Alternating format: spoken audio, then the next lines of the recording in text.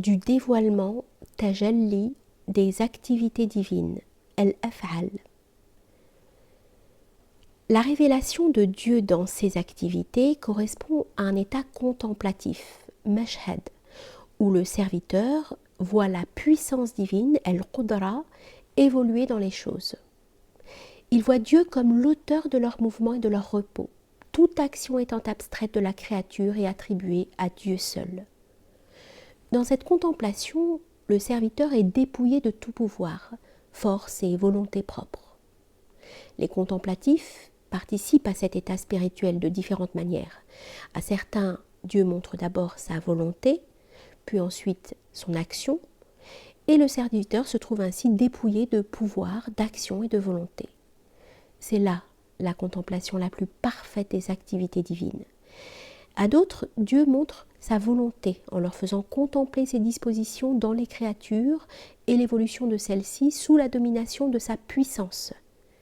Certains voient l'acte divin, al-amr, à l'instant même où l'action se produit du côté de la créature, en sorte qu'ils l'attribuent à Dieu seul. D'autres contemplent cela rétrospectivement, quand l'action s'est déjà manifestée du côté créé. Toutefois, celui qui a cette dernière vision des choses ne peut être justifié que si sa vision concerne autrui, non pas si elle se rapporte à lui-même, à moins qu'il ne s'agisse d'une action obéissant aux règles extérieures de la religion. Par contre, lorsque Dieu révèle à quelqu'un d'abord sa volonté, puis sa disposition en lui, avant même que l'action ne se produise de la part de l'homme, ou chez l'homme ou à partir de lui, nous acceptons cette vision comme légitime. Nous la recherchons même par les lois religieuses. Si l'homme ayant cette vision des choses est sincère, sa relation envers Dieu sera pure. Si je dis que la vision de ce dernier est justifiée, tandis que nous ne pouvons pas justifier la vision de l'autre qui ne voit l'impulsion divine qu'après l'action, cela revient à dire que ni l'un ni l'autre ne peuvent être justifiés s'ils se réfèrent à la puissance divine en une chose qui serait en contradiction avec l'ordre, al-amr, ou la défense, al-nahi, alors que l'acte, dans sa forme apparente, exige précisément cette discrimination. Nous appliquons donc la discrimination à ce qui est objet de discrimination selon la loi sacrée, et cela parce que le principe même de la révélation divine dont il s'agit nous l'impose. En effet, celui qui est dans cet état contemplatif agit selon le principe divin, et il est donc juste que nous le jugions conformément à sa propre contemplation. C'est par elle que Dieu l'oblige, de même que nous sommes obligés de juger l'impie selon ce que Dieu nous prescrit dans son livre. Toute cette considération revient donc en définitive à ce que j'ai dit de la relation intime du contemplatif envers Dieu, relation dont la sincérité garantit la justesse de la vision. Quant à ma remarque concernant celui qui n'est conscient de l'impulsion divine qu'après l'action, à savoir qu'il ne peut être justifié que dans sa contemplation d'autrui, non pas de lui-même, sauf pour ce qui se fonde sur le livre révélé, el-Kitab, et la coutume sacrée, el-Sunnah, elle fut dite pour que le contemplatif n'accepte pas une chose de lui-même, car l'hypocrite qui accomplit une action impie dit également « c'est par la volonté, la puissance et l'action divine qu'elle fut manifestée, et je n'y suis pour rien ». Or, un tel degré spirituel existe. Certains se voient l'objet de l'action divine. Leur propre action suit celle de Dieu. Ils se considèrent eux-mêmes comme obéissants dans une action conforme aux prescriptions divines, et ils se considèrent comme désobéissants lorsque l'action est contraire à ces prescriptions, tout en étant eux-mêmes dépouillés de pouvoir, de force et de volonté propre. D'autres ne sont pas conscients de leur propre action du tout, ils ne voient que la seule action de Dieu. Un tel homme ne se considère aucunement comme l'auteur d'une action, il ne se dira pas obéissant dans l'action conforme à la loi sacrée, ni ne se dira désobéissant dans une action contraire.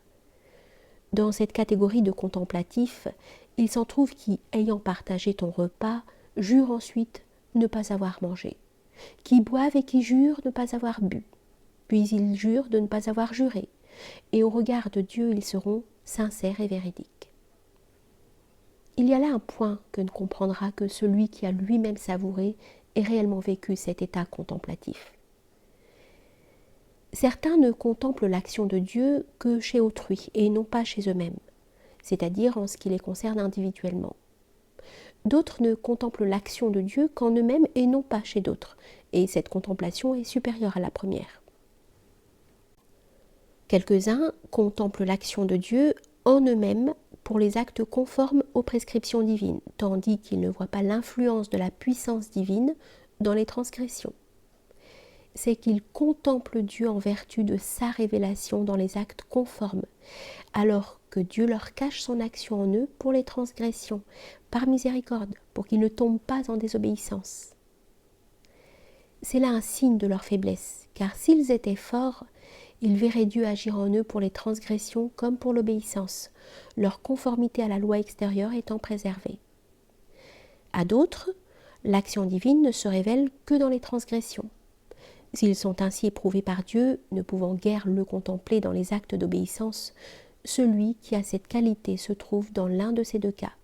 Soit que Dieu se cache à lui dans les actes d'obéissance, parce qu'il désire être obéissant et qu'il préfère l'obéissance à autre chose, en sorte que Dieu s'y cache à lui et se révèle dans les transgressions, afin qu'il y voie Dieu et qu'il atteigne par là la plénitude divine.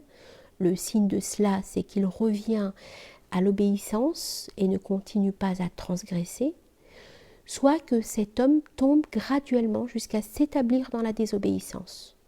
Dans ce cas, Dieu se cache à lui définitivement et il reste à tout jamais dans le péché. Que Dieu nous en préserve. D'autres encore contemplent Dieu tantôt dans l'obéissance, tantôt dans le contraire. Les uns contemplant l'action divine dans la désobéissance ne s'y apaisent pas, mais pleurent et se chagrinent et s'attristent et demandent à Dieu de leur pardonner, de les préserver des transgressions, pendant qu'ils y versent sous la contrainte de la puissance divine. C'est là la preuve de leur sincérité, de la pureté de leur vision et de l'absence de désir individuel dans ce qui leur a été destiné. D'autres ne se chagrinent pas, ne s'attristent pas et ne demandent pas d'être préservés des transgressions, mais restent tranquilles sous l'écoulement de la puissance et agissent comme elle les tourne, sans y trouver de sensation. C'est là la preuve de la force de leur intuition dans cet état contemplatif, qui est supérieur au premier, s'il ne s'y mêle aucune suggestion de l'âme. Chez certains, Dieu transformera leur désobéissance en obéissance, en sorte que leurs actions ne seront pas comptées comme transgressions près de Dieu.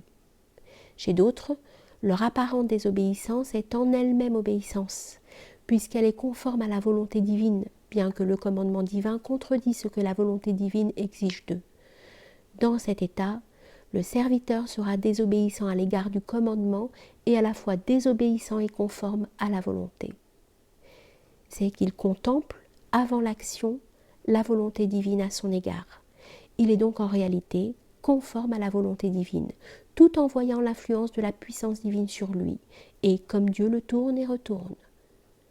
Certains sont éprouvés parce que Dieu se révèle à eux en une chose qui est blâmable, à la fois en son essence et selon la loi extérieure.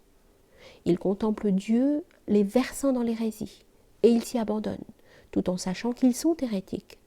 C'est qu'ils sont déterminés par l'apparition de Dieu en telle action.